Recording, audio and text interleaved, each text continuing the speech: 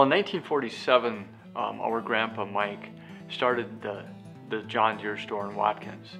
And he had that going, and he had a couple of sons, which were my dad and my uncle, who were in the Army in the early 50s. Well, they came back from the Army in 55, both of them. And when they came to the business, my grandpa realized he needed more. He needed more than just John Deere end, so he took on Ford cars at that time, in 1955. In 1972, my grandpa retired. In 1978, my Uncle Verlin took the Ford down to Highway 55 in Watkins and built a new facility. My dad stayed in downtown Watkins with the John Deere and the Polaris. 3 years later, in '81, he built a new facility at the site we're currently at, also on Highway 55. So when I joined the Army after college, it was an interesting experience being out and about and being in Europe for 2.5 years. But during that time, I realized that maybe I would want to come home and take a stab at the business. I remember specifically one summer day. I was a senior in high school. I'm the youngest of 5. All my other siblings were doing other things or finishing school. And I remember my mom and dad having lunch with me in the summer one time, and they were not very often had serious conversations with me like this. And all of a sudden they stopped, and I knew something was coming, and they asked me the big question: as the last of the kids, are you interested in, taking over the business someday? And I remember I kind of felt bad, because I looked at him and I said, "Oh, Mom and Dad, I'm not going to live in Watkins, Minnesota. I'm going to finish college, and I'm going to go live somewhere else."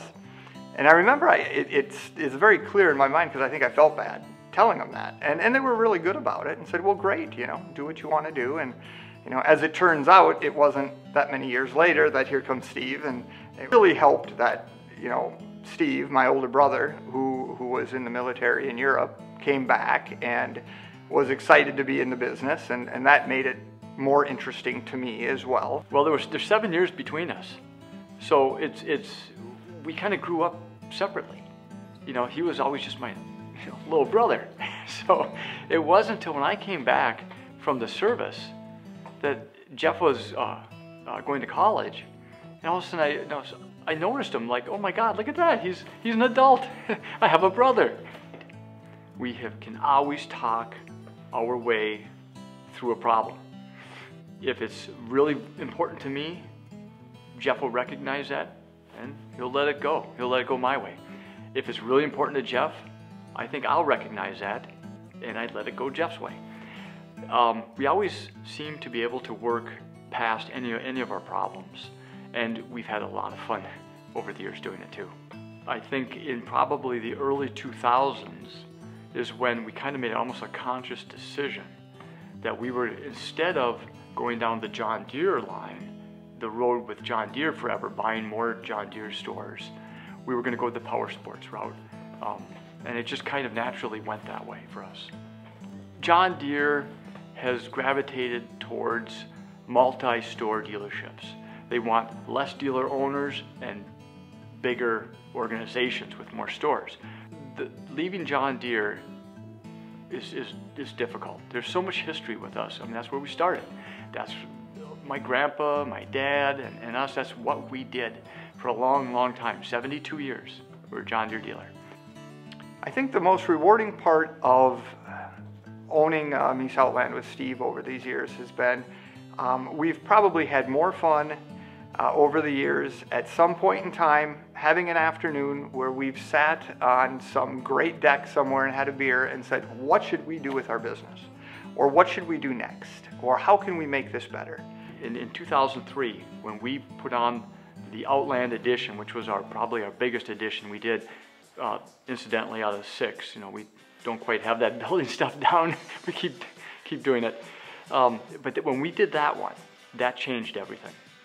In fact, we drove down to a Cabela's store years ago, the one in Owatonna when it first opened, and we walked around and said, if we could somehow adapt a theme similar to this, but make it more in tune with power sports, it would maybe make a store in Watkins, Minnesota a little bit more interesting and intriguing, and another way for people to feel like, yeah, I'm going to drive to Watkins to look at this because it's different than anywhere else I was.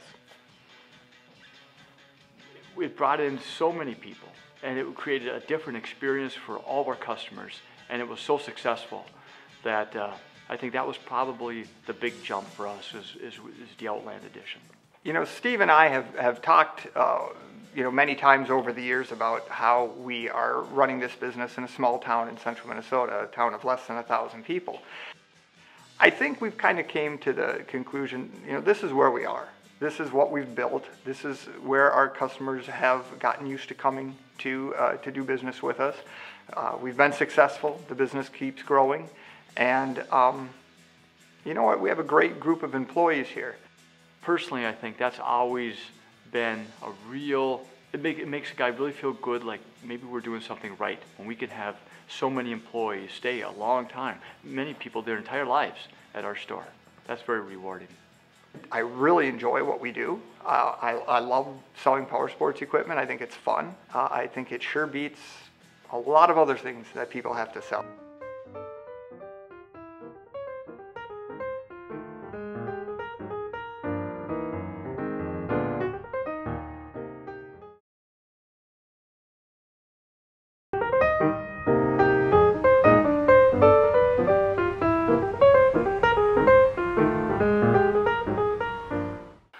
Well, since I originally met with Brenda and the connection was through Girl Scouts, one of the things that I found that made her really successful is she really embodies courage, confidence, and character, the three core values of Girl Scouts.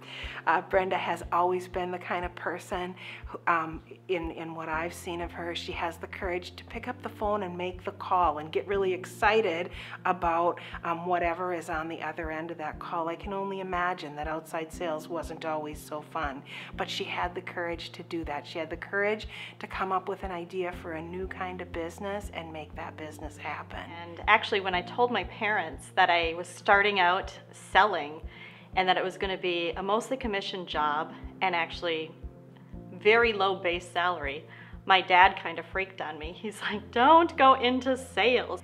IntelliConnect is a telecommunications broker. The easiest way to think of us is like an insurance broker. So we actually represent multiple carriers. We're not limited just to one. And we actually work with the businesses to find the best fit for their telecommunication needs. In the ever-changing world of telecom, we always have to keep up on what the newest trends are. As we like to say, we like to be on the cutting edge and not the bleeding edge in our telecommunications world. One of our vendors who decided to make decisions not to go with some of the smaller agents, and so we did end up losing some of our revenue, and we had to find innovative ways to come up with alternative solutions and be creative on how we were going to continue to thrive and to grow in this industry. It was the way Brenda handled it. She brought the staff together, we talked about what had happened, we talked about how we thought we could move forward, what ways we could change what we do in order to bring in more income and sales to make up for that lost revenue. And what she didn't do was do a knee-jerk reaction of there's less income coming in, I maybe should downsize, I should lay someone off, I should cut costs. She did not even, maybe she considered it, but she didn't make that visible at all. She was, how can we as a company take this challenge that came along, how can we grow, and how can we become a stronger company going forward?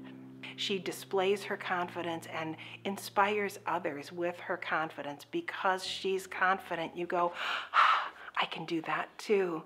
Just being a woman-owned business in this industry, it's a very male-dominated industry, and to actually be a woman-owned business has been pretty innovative, I think. One of the biggest things that I've been able to do is to mentor young women. I do a lot of that through the Girl Scouts.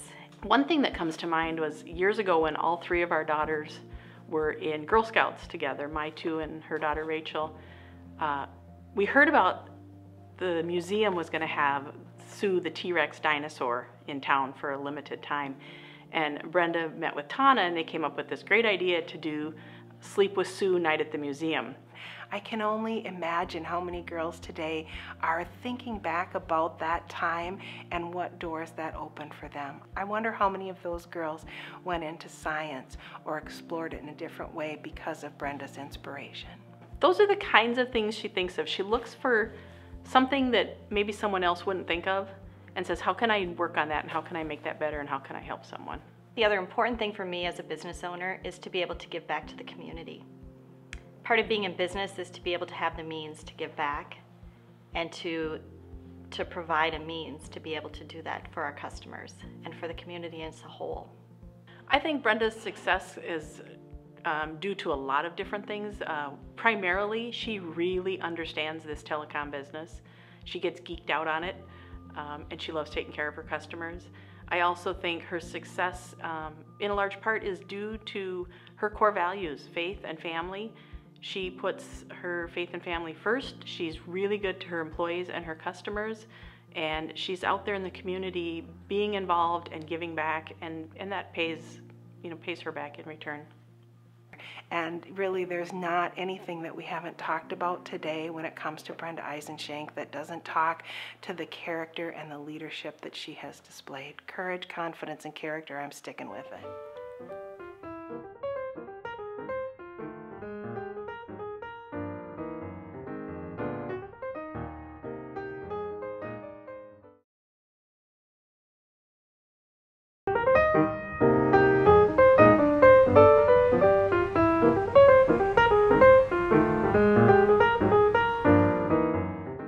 Handyman's Hardware was started in 1965 by my parents, and at the time it was one of the 11 hardware stores in St. Cloud. Currently there are 2 hardware stores in St. Cloud. I grew up on the east side of St. Cloud until I was 10 years old, and when I was 5 they started the company, so I started hanging around at the business and doing various little projects and just having more fun than anything. I started out as a part-time person. I really never thought about being in the business, and when I was 15 I became part of the payroll, and I still wasn't taking things that seriously because it was just a way to earn money for tuition. But once I graduated from college and had the decision between a stockbroker or working in the business, I had some guarantees that I would someday be the president of the company, and my parents would retire, so I chose to go with the company. I always worked in the business in different areas. In college, I would do bank deposits once in a while. I helped Doug's mom. I would help out with sales and anniversaries and special events and inventory time, and just filled in through all the years. Then as it got closer to 2005, Doug's mom was not interested in putting things on computer. She was ready to retire, and I thought, I'll take a look at this, and I did. And as family businesses go, you do a little bit, and then you do a little bit more, and you learn, and I just kind of went on from there. The most innovative thing that we've done is to expand our ability to go out and work with our customers as far as our salespeople, rather than just make phone calls or expect them to come in and work with us. Many of them are hundreds of miles away, so they don't even know where our location is. Also, I think just the use of consultants. Most small businesses, I think, are hesitant to use consultants, which we were at first, but we found it to be a great value as long as the consultant knows that the person that's running the business actually knows more about their business than they do.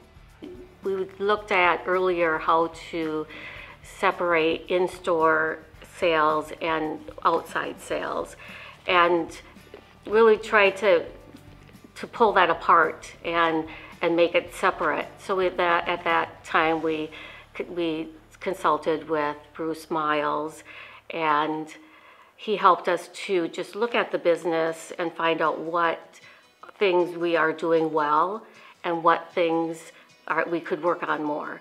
And that has really helped us to realize how that really those inside and outside sales really are something that do interact together, and we don't have to totally separate that. It's that basic customer service and meeting customer needs and the knowledge that they need, and we're doing that on both sides. We're different from our competition in that we believe in a hands-on approach with customer service. So if you're coming into our location, we're going to talk to you face to face, ask you questions, make sure that you're successful with your project, try to cut down on the amount of trips you have to make on a project. And we do the same thing with our commercial customers. We don't do email blasts and with product or anything. We go right to their location and work with them. And they know we're coming, and if they got an issue with something that they can't figure out or fix, we can talk to them about the time, take some pictures, go back and research it. Some of the most rewarding things as far as being an owner and being a boss is that we get to provide an experience for our customers that allows them to ask questions and to be successful with their project because we're giving them good answers, we're giving them good advice. The most rewarding thing for me for Handymans is hearing about the stories of customers, and I'll hear about stories that we had what they needed and they were just very pleased with the products. And I love hearing about times when people have gone all over town and they looked here and there, and then they came to us and we had the product that they needed. We have found that it's a very beneficial to empower our employees to come up with ideas and to do things the way they think it's best, and as long as it works within our parameters, we allow them to do that. Well, I just think with Handymans, we just wouldn't be Handymans without our staff and customers.